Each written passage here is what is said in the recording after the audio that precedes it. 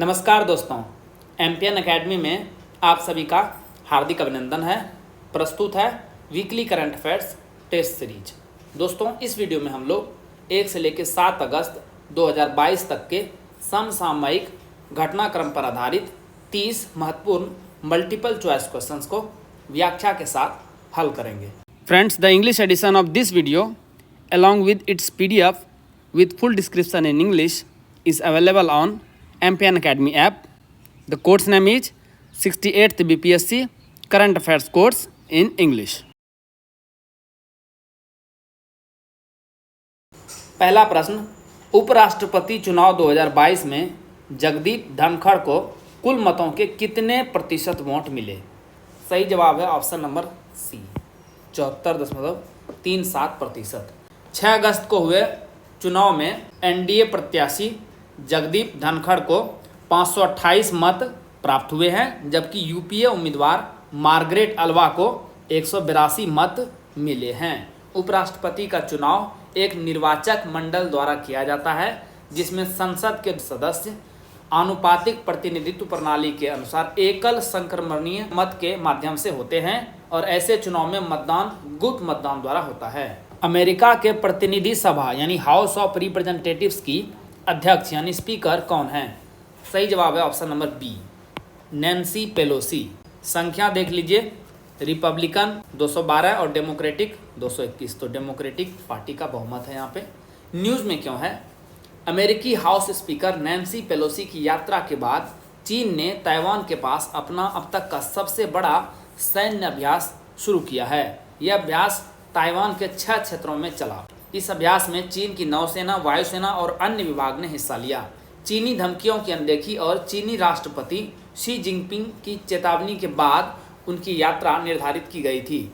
Pelosi की यात्रा 25 वर्षों में अमेरिकी अधिकारियों द्वारा ताइवान की सर्वोच्च स्तरीय यात्रा है, लेकिन चीन को इस यात्रा से समस्या थी, क्योंकि यह कदम ताइवान की स्वतंत्रता के लिए अमेरिका के समर्थन का संकेत देता है, जो कि चीन कभी भी नहीं चाहता है। 2022 की फॉर्च्यून ग्लोबल 500 सूची में कितने भारतीय सार्वजनिक और निजी कंपनियों को शामिल किया गया है?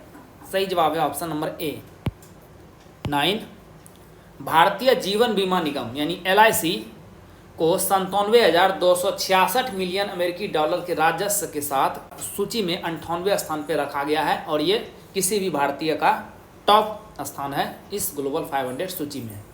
सेकेंड नंबर पर है रिलायंस इंडस्ट्रीज 104वें पोजीशन पर 93,982 मिलियन अमेरिकी डॉलर के राजस्व के साथ। इस साल रिलायंस की रैंक में 51 स्थान का उछाल आया है। सूची में अन्य भारतीय कंपनियां हैं Indian oil, ONGC, state bank of India, Bharat petroleum, Tata Motors, Tata steel और राजेश एक्सपोर्ट। 2022 फॉर्च्यून ग्लोबल 500 सूची में शीर्ष कंपनी कौन है? सही जवाब है ऑप्शन नंबर डी, वॉलमार्ट। लगातार 9वें साल वॉलमार्ट इस लिस्ट में पहले स्थान पर है। 2022 फॉर्च्यून ग्लोबल 500 सूची में शीर्ष 10 कंपनियां कौन कौन सी हैं? नंबर 1 पे तो है वॉलमार्ट, सेकेंड नंबर पे अमेजन, अमेरिका का ही, तीसरे नंबर पर स्टेट ग्रिड चीन, चौथे नंबर पर चाइना नेशनल पेट्रोलियम चीन, 5वां नंबर पर सिनोपेक चीन, 6ठे नंबर पर सऊदी अरामको सऊदी अरब, 7वें नंबर पर एप्पल अमेरिका का, 8वें नंबर पर वोक्सवैगन कार बनाने वाली कंपनी जर्मनी की, 9वें नंबर पर चाइना स्टेट कंस्ट्रक्शन इंजीनियरिंग चीन और 10वें नंबर पर CVS हेल्थ अमेरिका। मुजफ्फरपुर के लंगत सिंह कॉलेज में स्थित खगोलीय वेधशाला को यूनेस्को की विश्व धरोहर वेधशालाओं की सूची में जोड़ा गया है। इसकी स्थापना किस वर्ष की गई थी? सही जवाब है ऑप्शन नंबर ए, 1916।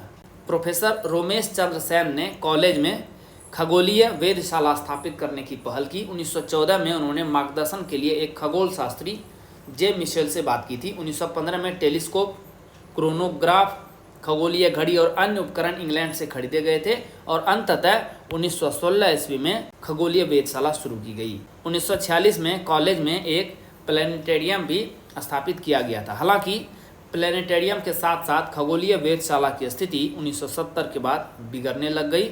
अधिकांश स्थापित मशीनें या तो खो गई है या कबाड़ बन गई हैं। तो अब संभावना है कि जब यह यूनेस्को की विश्व धरोहर वेधशालाओं की सूची में शामिल हो गई है। इसे फिर से विकसित किया जाएगा। जो छात्र इस YouTube चैनल पर जारी सभी करंट अफेयर्स वीडियोस की PDF प्राप्त करना चाहते हैं, उनके लिए यहाँ जानकारी दी जा रही है। सबसे पहले आइए समझते हैं कि आपको MPN academy current affairs PDFs की आवश्यकता क्यों है। एमपीएन एकेडमी PDFs ही क्यों? दोस्तों, हमने करके दिखाया है। पिछले 3 वर्षों में 4 महत्वपूर्ण एग्जाम्स हुए हैं और उसमें एमपीएन एकेडमी का परफॉर्मेंस कैसा रहा है, आइए आपको दिखाते हैं। 66वीं बीपीएससी प्रीलिम्स का एग्जाम हुआ था 2020 में 27 दिसंबर को, जिसमें से 41 प्रश्न पूछे गए थे करंट अफेयर्स सेक्शन से। 36 प्रश्न टैली हुआ है एमपीएन एकेडमी PDF से। परफॉर्मेंस कितना रहा? 87.80%। 2021 में बीपीएससी द्वारा कोई एग्जाम कंडक्ट नहीं कराया गया था, तो हमने सेकेंड बेस्ट एग्जाम को लिया है Bihar SI prelims exam 2021। Shift 1 और शिफ्ट 2 दोनों मिला करके 36 करंट अफेयर्स से क्वेश्चन पूछे गए थे, जिसमें से 31 टैली हुआ है एमपीएन एकेडमी PDF से। परफॉर्मेंस रहा 86.11%। यह एग्जाम 26 दिसंबर को हुआ था। 2022 में 2 परीक्षा हुई है। एक परीक्षा तो रद्द हो गई है, कैंसिल हो गई है पेपर लीक के कारण से। 67वीं बीपीएससी PT परीक्षा 2022 8 मई को यह एग्जाम हुआ था, जिसमें से 30 प्रश्न करंट अफेयर्स सेक्शन से पूछे गए थे। 26 टैली हुआ है एमपीएन एकेडमी PDF से। परफॉर्मेंस रहा है 86.77%। अभी रिसेंटली बीपीएससी CDPO प्रारंभिक परीक्षा हुई है 15 मई को, जिसमें 35 करंट अफेयर सेक्शन से क्वेश्चंस पूछे गए थे।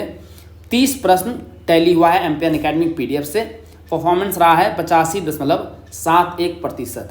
तो आपने देखा कि किस प्रकार से पिछले 4 परीक्षा में 85% से ज़्यादा प्रश्न MPN academy current affairs PDF से टैली हुआ है। दोस्तों, इन सारे एग्जाम्स में पूछे गए करंट अफेयर्स क्वेश्चन और एमपीएन एकेडमी में कहां से टैली हुआ है, पूरे प्रमाण के साथ वीडियो YouTube पे भी मिल जाएगी और टेलीग्राम पे भी मिल जाएगी। टेलीग्राम पे सर्च करेंगे एमपीएन एकेडमी और इस प्रकार से ये लोगो दिखेगा, वहां पर आप ज्वाइन कर लेंगे। दोस्तों, यदि आप 67वीं बीपीएससी प्रीलिम्स का री एग्जाम देने वाले हैं या 68वीं बीपीएससी प्रीलिम्स का एग्जाम देने वाले हैं, तो आपको ये वीडियो जरूर देखनी चाहिए। इससे आपको करंट अफेयर्स सेक्शन में रिसेंट ईयर्स में किस प्रकार के क्वेश्चंस पूछे जाते हैं, पैटर्न का पता चलेगा। साथ ही साथ एमपीएन एकेडमी PDFs को कैसे इस्तेमाल आपको करना है, ये भी पता चलेगा। आइए अब चर्चा करते हैं कि इन PDF कोर्स में किस प्रकार की सामग्री मिलेगी आपको। दोस्तों, 67वीं बीपीएससी और 68वीं बीपीएससी दोनों का कोर्स उपलब्ध है करंट अफेयर्स का। इन करंट अफेयर्स के साल भर के कंटेंट को रिवाइज करने में आपको केवल 18 घंटे का समय लगेगा। कैसे? देखिए, 3 प्रकार के कंटेंट आपको प्रोवाइड किए जाते हैं। साप्ताहिक current affair test series MCQs format में, राष्ट्रीय और अंतर्राष्ट्रीय लेवल का। इसमें आपको 50 PDF मिलेगा साल भर में। 1 महीने में 4 PDF मिलती है, तो 12 महीने का 48 PDF हो गया। एक इकोनॉमिक सर्वे और एक बजट, कुल मिला के 50 PDF। एक PDF को रिवाइज करने में आपको 6 मिनट का समय लगेगा। तो कुल 5 घंटे में आप इन weekly current affair test series को अच्छे से रिवाइज कर पाएंगे। सेकेंड नंबर पे है मासिक current affairs, monthly current affairs short notes में। ये आपको राष्ट्रीय और अंतर्राष्ट्रीय लेवल का मिलेगा। 12 महीने का 12 PDF। एक PDF को रिवाइज करने में लगभग आधा घंटा का समय लगेगा, तो कुल 6 घंटे में आप इसे भी समाप्त कर देंगे। थर्ड नंबर का कंटेंट है वो है Bihar monthly current affairs, Bihar मासिक करंट अफेयर्स। इसमें MCQs भी मिलेगी और शॉर्ट नोट्स भी मिलेगी। इसमें 14 PDF मिलेंगे, 12 महीने के 12 PDF, एक इकोनॉमिक सर्वे और एक बजट। एक PDF को रिवाइज करने में लगभग 30 मिनट का समय लगेगा, तो कुल 7 घंटे में इसे भी आप रिवाइज कर लेंगे। तो कुल 18 घंटे में आप 1 साल भर के कंटेंट को रिवाइज कर लेंगे। ध्यान में रखिएगा कि 67वीं बीपीएससी का जो एग्ज़ाम है वो काफ़ी डिले हो गया है। इसे आपको नवंबर 2020 से स्टडी करना है और एग्ज़ाम डेट से जस्ट 1 महीने पहले तक।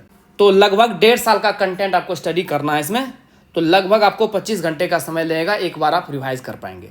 यदि एग्जाम से पहले 5 से 6 बार आप रिवाइज कर लेंगे तो आपका परफॉर्मेंस आश्चर्यजनक तरीके से बढ़ जाएगा। 68वीं बीपीएससी के लिए कंटेंट जनवरी 2022 से दिया जा रहा है। दोस्तों, आपको ये PDFs मिलेगा कैसे? आपको एमपीएन एकेडमी ऐप डाउनलोड करना है, जो कि गूगल प्ले स्टोर पर अवेलेबल है। आप एमपीएन एकेडमी सर्च कीजिए, वहां पर आपको ये लोगो दिख जाएगा। ऐप को इंस्टॉल करने के बाद सबसे नीचे देखेंगे तो स्टोर सेक्शन मिलेगा आपको ऐप पर, वहां पर क्लिक कीजिए और 67वीं या 68वीं बीपीएससी करंट अफेयर्स का कोर्स सेलेक्ट कीजिए। जैसे उसे सेलेक्ट करेंगे तो वहां पर आपको पेमेंट का लिंक मिल जाएगा। बहुत ही रीजनेबल प्राइस पर ये सारे PDFs आपको मिल जाएंगे। शुल्क का भुगतान करें और सभी PDF आपको कंटेंट सेक्शन में वहां पर उपलब्ध हो जाएगा। किस देश द्वारा अपना पहला चंद्र मिशन दानुरी लॉन्च किया गया है? सही जवाब है ऑप्शन नंबर सी। दक्षिण कोरिया। दक्षिण कोरिया ने 4 अगस्त को अन्य देशों के साथ दौड़ में शामिल होकर चंद्रमा के लिए अपना पहला अंतरिक्ष यान लॉन्च किया। दक्षिण कोरियाई चंद्र ऑर्बिटर भविष्य के लैंडिंग स्पॉट का निरीक्षण करेगा। इसे स्पेसएक्स के फॉल्कन 9 लॉन्च वाहन पर लॉन्च किया गया। यह दिसंबर 2022 में अपने गंतव्य पर पहुंचेगा। यदि यह मिशन सफल होता है तो यह चीन, भारत और अमेरिका के अंतरिक्ष यान के साथ शामिल हो जाएगा, जो पहले से ही चंद्रमा पर कार्य कर रहे हैं। भारत, रूस और जापान भी 2022-23 में नए मिशन लॉन्च करेंगे। मई 2022 में दक्षिण कोरिया अंतरिक्ष यात्रियों के साथ चंद्रमा की खोज के लिए नासा के नेतृत्व वाले गठबंधन में शामिल हो गया था। अमेरिका ने आतंकी संगठन अल कायदा के नेता अयमान अल जवाहिरी को किस देश में एक ड्रोन हमले में मार गिराया है? सही जवाब है ऑप्शन नंबर डी, अफगानिस्तान में। यह अफगानिस्तान की राजधानी काबुल में केंद्रीय खुफिया एजेंसी CIA के नेतृत्व में एक ड्रोन हमले और आतंकवाद विरोधी अभियान में 31 जुलाई को मारा गया।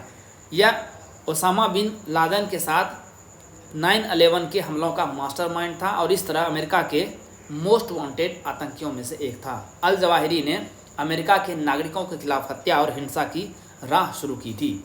यह मिस्र का डॉक्टर था जिसने ओसामा बिन लादेन की मौत के बाद 2011 में अल कायदा को संभाला था। और ये जो खिड़की दिख रही है, इसी से ड्रोन स्ट्राइक हुआ है जब ये बाहर टहलने के लिए निकले थे बालकनी में। केंद्र सरकार ने देश में मंकी पॉक्स की स्थिति की निगरानी के लिए किनके नेतृत्व में एक टास्क फोर्स का गठन किया है? सही जवाब है option number D, doctor Vinod Kumar Paul, doctor VK Paul.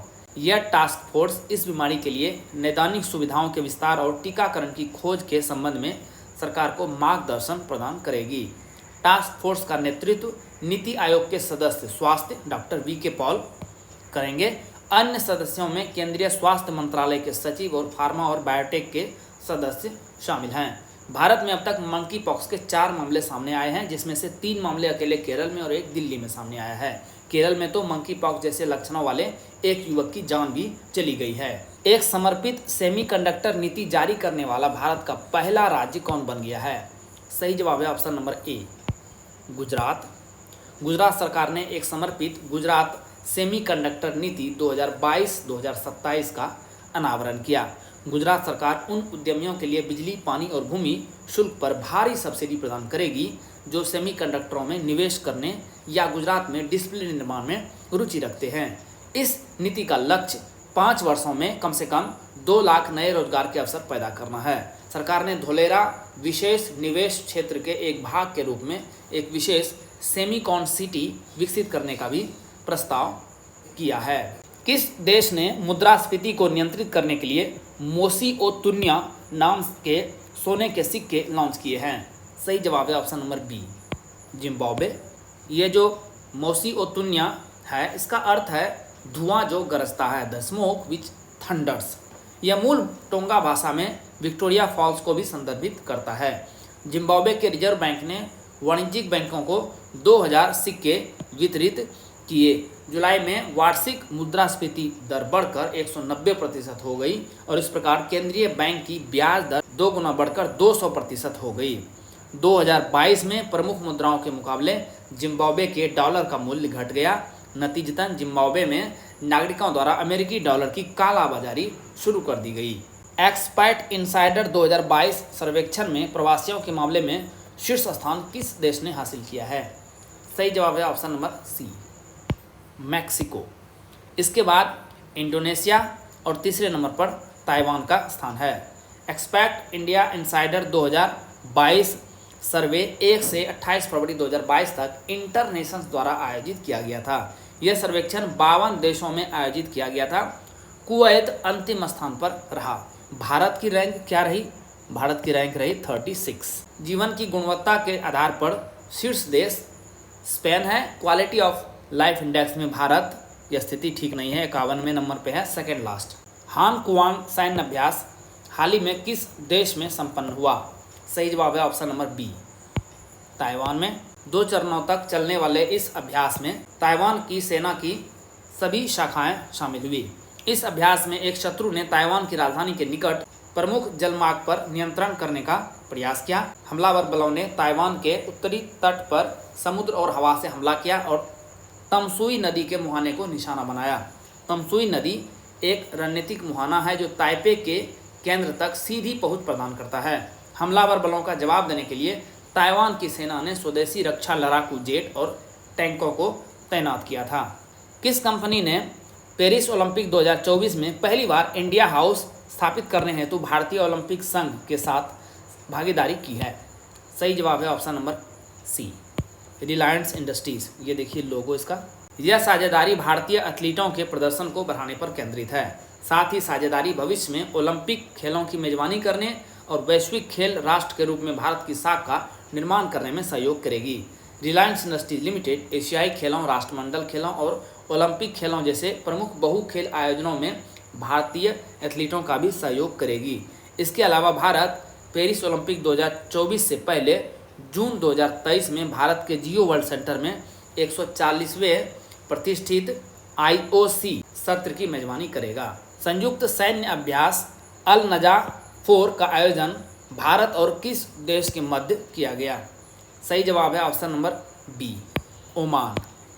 इस अभ्यास का यह चौथा संस्करण भारतीय सेना और ओमान की शाही सेना के मध्य 1 से 13 अगस्त तक किया गया।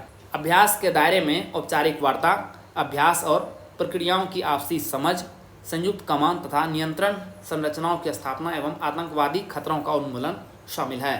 ओमान होर्मुज जलडमरू मध्य के प्रवेश द्वार पर है, जहां से भारत अपने तेल आयात के 5वें हिस्से का आयात करता है। वियतनाम भारत द्विपक्षीय सेना अभ्यास विनबैक्स के किस संस्करण का आयोजन हाल ही में संपन्न हुआ है? सही जवाब है ऑप्शन नंबर सी, तीसरे संस्करण का। वियतनाम भारत द्विपक्षीय सैनिक अभ्यास तीसरा संस्करण एक्स विनबैक्स 2022 1 से 20 अगस्त तक भारतीय सेना की पश्चिमी कमांड चंडी मंदिर हरियाणा में संपन्न हुआ। यह सैनिक अभ्यास 2019 में वियतनाम में हुए पहले द्विपक्षीय सैनिक अभ्यास की अगली कड़ी है और भारत और वियतनाम के बीच द्विपक्षीय संबंधों को मजबूत करने की दिशा में एक प्रमुख घटना है। वियतनाम भारत की एक्ट ईस्ट नीति और हिंद प्रशांत विजन में एक महत्वपूर्ण भागीदार है। यह अभ्यास पिछले द्विपक्षीय अभ्यास के पिछले संस्करण के बढ़े हुए दायरे के साथ एक फील्ड प्रशिक्षण अभ्यास है। भारत की पहली महिला कमांडो यूनिट को स्थापित करने वाला राज्य कौन है? सही जवाब है option number D, Tamil Nadu. News में क्यों है अभी? उपराष्ट्रपति वेंकैया नायडू द्वारा तमिलनाडु के मुख्यमंत्री एम स्टालिन को चेन्नई के राजा रथीनम स्टेडियम में आयोजित कार्यक्रम में तमिलनाडु पुलिस के लिए प्रेसिडेंट कलर्स प्रदान किया गया। प्रेसिडेंट्स कलर्स भारत में किसी भी सैन्य इकाई को दिया जाने वाला सर्वोच्च सम्मान है। प्रेसिडेंट कलर्स पुरस्कार को निशान भी कहा जाता है, जो सभी यूनिट अधिकारियों द्वारा उनकी वर्दी के बाएं हाथ की आस्तीन पर पहने जाने वाले प्रतीक का प्रतिनिधित्व करता है। नए केंद्रीय सतर्कता आयुक्त CVC के रूप में किसे नियुक्त किया गया है? सही जवाब है option number D, Suresh N Patel. इन्होंने राष्ट्रपति द्रौपदी मुर्मू की उपस्थिति में पद की शपथ ग्रहण की। यह पद 1 साल से रिक्त था। संजय कोठारी ने पिछले साल 24 जून को CVC के रूप में अपना कार्यकाल पूरा किया था। सुरेश एन पटेल आंध्र प्रदेश बैंक के पूर्व प्रबंध निदेशक और मुख्य कार्यकारी अधिकारी रह चुके हैं, जिन्हें अप्रैल 2020 में सतर्कता आयुक्त नियुक्त किया गया था तथा 24 जून 2022 से जब संजय कोठारी ने अपना कार्यकाल पूरा किया तब से कार्यवाहक CVC के रूप में सेवारत थे। 1964 में के संथानम की अध्यक्षता वाली भ्रष्टाचार निरोधक समिति की सिफारिशों पर सरकार द्वारा CVC की स्थापना की गई थी। वर्ष 2003 में केंद्रीय सतर्कता आयोग अधिनियम द्वारा आयोग के संवैधानिक दर्जे की पुष्टि कर दी गई। यह एक स्वतंत्र निकाय है जो केवल संसद के प्रति जिम्मेदार है। यह अपनी रिपोर्ट भारत के राष्ट्रपति को सौंपता है। तो ये था central vigilance commission. Mission Bhumiputra portal किस राज्य सरकार द्वारा लॉन्च किया गया है? सही जवाब है ऑप्शन नंबर ए, असम। मुख्यमंत्री डॉक्टर हिमंत बिस्वा शर्मा ने 1 अगस्त को इस पोर्टल का अनावरण किया। इस मिशन के तहत छात्रों को डिजिटल जाति प्रमाण पत्र सरल और डिजिटल तरीके से जारी किए जाएंगे। इस पोर्टल का उपयोग कक्षा 8वीं के छात्र वर्ष 2023 से जाति प्रमाण पत्र प्राप्त करने के लिए कर सकते हैं। यह पोर्टल मुख्यमंत्री के डैशबोर्ड के अनुरूप होगा तथा मुख्यमंत्री कार्यालय को पूरी प्रक्रिया की निगरानी करने में सक्षम बनाएगा। किस राज्य सरकार द्वारा शिक्षा विभाग में चिराग योजना शुरू की गई है? सही जवाब है option number B, Haryana. Chirag का फुल फॉर्म क्या है? Chief minister equal education relief assistance and grant. Chirag योजना के अंतर्गत 2वीं से 12वीं कक्षा तक के बच्चों के लिए निजी मान्यता प्राप्त विद्यालयों में पढ़ने हेतु मुख्यमंत्री समान शिक्षा राहत सहायता और अनुदान प्रदान करेगी। यानी प्राइवेट स्कूल में यदि आप जाते हैं वहाँ पर तो अनुदान मिलेगा, सरकारी स्कूल के लिए अनुदान नहीं है। इस योजना की पात्रता हेतु माता पिता की वार्षिक सत्यापित आय 1,80,000 रुपये से कम होनी चाहिए। 2007 में भूपिंदर सिंह हुड्डा की सरकार द्वारा हरियाणा स्कूल शिक्षा नियम 2003 के नियम 134A के अनुसार शुरू की गई इसी योजना को नाम बदल दिया गया है और नाम रख दिया गया है चिराग योजना। विश्व का सबसे बड़ा तैरता सौर ऊर्जा संयंत्र किस नदी पर बने ओंकारेश्वर बांध पर बनाए जाने की घोषणा की गई है? सही जवाब है ऑप्शन नंबर ए, नर्मदा। यह सौर ऊर्जा संयंत्र मध्य प्रदेश के खंडवा में नर्मदा नदी के ओंकारेश्वर बांध पर 3,000 करोड़ रुपये से अधिक की अनुमानित लागत से 100 वर्ग किलोमीटर क्षेत्र में बनाया जाएगा। फ्लोटिंग पावर प्लांट से 2022-23 तक लगभग 600 मेगावाट बिजली उत्पन्न होने की उम्मीद है। पनबिजली परियोजना में पानी से ऊर्जा का उत्पादन शामिल होगा। नया तैरता सौर संयंत्र खंडवा को मध्य प्रदेश का एकमात्र ऐसा जिला बना देगा जहां तीनों चीज़ें थर्मल पावर स्टेशन, हाइडल और सौर ऊर्जा हैं। इससे एक ही जिले से 4,000 मेगावाट से अधिक बिजली का उत्पादन हो सकेगा। आइए अब बाकी के क्वेश्चन आपको रामसर सूची में शामिल किए गए स्थलों से संबंधित मिलेगा। तो हाल ही में रामसर सूची में शामिल कुंथलकुलम पक्षी अभयारण्य का संबंध किस राज्य से है? सही जवाब है ऑप्शन नंबर डी, तमिलनाडु। हाल ही में भारत द्वारा 10 और आर्द्र भूमियों को रामसर अभिसमय के तहत अंतर्राष्ट्रीय महत्व की आर्द्र भूमियों के रूप में शामिल किया गया है। यह जो पक्षी अभयारण्य है यह एक मानव निर्मित आर्द्र भूमि है जो तमिलनाडु के तिरुनेलवेली जिले में स्थित है। यह प्रवासी जल पक्षियों और दक्षिण भारत में रहने वाले पक्षियों के प्रजनन के लिए सबसे बड़ा रिजर्व है। इस अभयारण्य में 190 एकड़ क्षेत्र में धान की भी सिंचाई होती है। यह मध्य एशियाई फ्लाईवे के हिस्से वाला एक महत्वपूर्ण पक्षी और जैव विविधता क्षेत्र है। रामसर सूची में शामिल सतकोसिया गॉर्ज किस नदी के ऊपरी क्षेत्र में शानदार घाटी के साथ फैली हुई है? सही जवाब है ऑप्शन नंबर सी, महानदी। यह ओडिशा राज्य में स्थित है। इसे 1976 में वन्यजीव अभयारण्य के रूप में स्थापित किया गया था और एक समृद्ध पारिस्थितिकी तंत्र का समर्थन करता है जो पुष्प और जीव प्रजातियों की विविध आबादी का प्रतिनिधित्व करता है। दक्कन प्रायद्वीप और पूर्वी घाट सतकोसिया में मिलते हैं। सतकोसिया गॉर्ज वेटलैंड दलदली और सदाबहार जंगलों के लिए जाना जाता है। किस नदी के एक नाले के निकट स्थित नंदा झील को रामसर सूची में शामिल किया गया है? सही जवाब है ऑप्शन नंबर बी, जुआरी। नंदा झील ताजे पानी का दलदल है जो गोवा में जुआरी नदी के एक नाले के निकट स्थित है। यह स्थानीय लोगों को ऑफ मानसून सीजन में पानी स्टोर करने में मदद करता है। इस झील के नीचे की ओर धान की खेती के लिए संग्रहित पानी का उपयोग किया जाता है। यह black headed ibis, wire tailed swallow, common kingfisher, ब्राह्मणी पतंग और कांस्य पंख वाले जकाना का घर है। नंदा झील गोवा की पहली आर्द्र भूमि है जिसे रामसर स्थल के रूप में नामित किया गया है। किस राज्य में स्थित मन्नार की खाड़ी समुद्री बायोस्फीयर रिजर्व को रामसर सूची में शामिल किया गया है? सही जवाब है ऑप्शन नंबर सी, तमिलनाडु। यह दक्षिण और दक्षिण पूर्व एशिया में पहला समुद्री बायोस्फीयर रिजर्व है। यह दक्षिण पूर्वी तट रेखा में स्थित है और समृद्ध समुद्री पर्यावरण के लिए प्रसिद्ध है। यह रिजर्व विभिन्न महत्वपूर्ण और अत्यधिक खतरे वाली प्रजातियों जैसे व्हेल शार्क, डुगोंग, हरे समुद्री कछुए, समुद्री घोड़े, बाल्नोग्लोसस, डॉल्फिन और हॉक्सबिल कछुए आदि का घर है।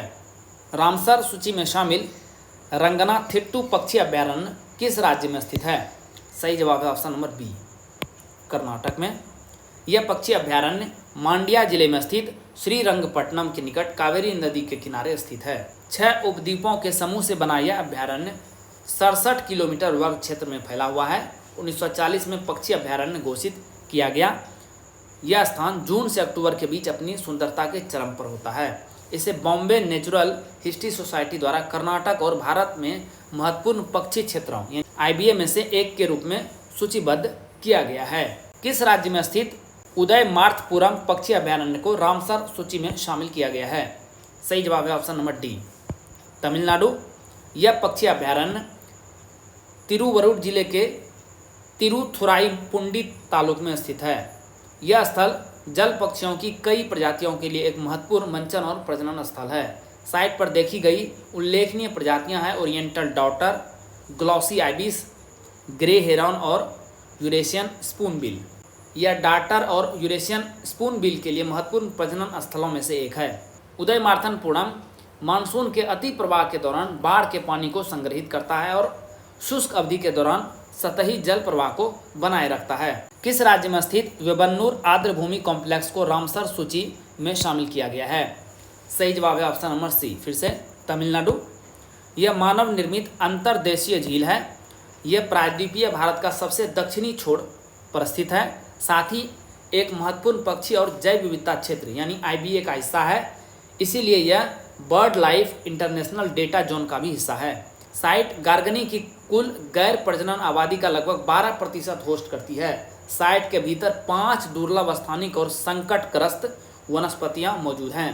तालाब का निर्माण पंडित राजा वीर नारायण के शासनकाल में किया गया था। टैंक और थेराकल नहर को सिंचाई के लिए पझियार नदी से पानी लेने के लिए डिजाइन किया गया था। किस शहर में स्थित सिरपुर वेटलैंड को रामसर सूची में शामिल किया गया है? सही जवाब है ऑप्शन नंबर ए, इंदौर। यह पानी का एक महत्वपूर्ण स्रोत होने और डाउनस्ट्रीम क्षेत्रों में भूजल पुनर्भरण में मदद करने जैसी अत्यधिक पारिस्थितिकी सेवाएं प्रदान करता है। सिरपुर आर्द्रभूमि इंदौर मध्य प्रदेश शहर के स्थानीय समुदायों के लिए सांस्कृतिक रूप से भी महत्वपूर्ण है। विविध वनस्पति और जीव सर्दियों के मौसम में बड़ी संख्या में प्रवासी पक्षियों के लिए भोजन और आश्रय के रूप में आदर्श आवास प्रदान करते हैं। आर्द्रभूमि को पक्षी अभयारण्य और पारिस्थितिकी शिक्षा केंद्र के रूप में भी विकसित किया जा रहा है। किस राज्य के सबसे पुराने पक्षी संरक्षित क्षेत्रों में से एक वेदनतंगल पक्षी अभयारण्य को रामसर सूची में शामिल किया गया है? सही जवाब है option number D, Tamil Nadu. Vedanthangal आर्द्रभूमि कोरोमंडल तट जैविक प्रांत के अंतर्गत चेंगलपट्टू जिले के मधुरंतगाम तालुक में स्थित है। यह मीठे पानी की आर्द्रभूमि एक लोगों द्वारा संरक्षित जल पक्षी क्षेत्र है जिसका इतिहास सदियों से चला आ रहा है, जहां स्थानीय लोग इस बगुले की रक्षा करते रहे हैं और बदले में झील के खाद युक्त पानी से लाभान्वित हुए हैं, जो कृषि उपज को कई गुना बढ़ा देता है। इस साइट को अंतर्राष्ट्रीय स्तर पर एक महत्वपूर्ण पक्षी और जैव विविधता क्षेत्र यानी IBA के रूप में भी मान्यता प्राप्त है। दोस्तों, जैसा कि बताया गया है, इस वीडियो लेक्चर का PDF और इस वीडियो लेक्चर का इंग्लिश एडिशन साथ में इंग्लिश में ही फुल डिस्क्रिप्शन के साथ PDF आपको एम्पियन एकेडमी ऐप पर प्राप्त होगा। दोस्तों, इन PDF के सहारे आप इस वीडियो लेक्चर को आसानी से 5 से 6 मिनट में रिवाइज कर पाएंगे, जिससे आपका बहुत सारा समय बचेगा, जिसे आप स्टैटिक पोर्शन पर लगा सकते हैं। This is very very important. एम्पियन एकेडमी ऐप का लिंक वीडियो के डिस्क्रिप्शन बॉक्स और पिंड कमेंट सेक्शन में मिल जाएगा। चलिए अंतिम प्रश्न को हल करते हैं। वेलोड पक्षी अभयारण्य जिसका चयन एक रामसर साइट के रूप में किया गया है, किस राज्य में स्थित है? सही जवाब है ऑप्शन नंबर सी, तमिलनाडु। यह पक्षी अभयारण्य ईरोड जिले में स्थित पेरुंडुराई तालुक के वडामुगम वेलोड गांव में स्थित है। इसे प्रांतीय रूप से पेरियाकुलम येरी के नाम से जाना जाता है। तमिलनाडु में 141 प्राथमिकता वाले आर्द्रभूमि में से एक है। आर्द्रभूमि का मूल्यांकन करने वाली आर्द्रभूमि की पारिस्थितिकी, पक्षियों की संख्या, प्रजनन के रिकॉर्ड और बसने वाली कॉलोनियों जैसे कारकों को ध्यान में रखते हुए प्राथमिकता दी गई है। लगभग 77 हेक्टेयर क्षेत्र में फैला यह स्थल मध्य एशियाई फ्लाईवे का हिस्सा है। 9 रामसर मानदंडों में से यह साइट 2, 3 और 5 मानदंड को पूरा करती है। ये मैप है तमिलनाडु का, देख लीजिए यहाँ पर कहाँ पर रामसर साइट है। दोस्तों, इसी के साथ साप्ताहिक करंट अफेयर्स टेस्ट सीरीज के इस संस्करण को समाप्त करने की आपसे इजाज़त चाहूँगा। वीडियो देखने के लिए बहुत बहुत धन्यवाद। Thank you very much. All the best for your exam preparation.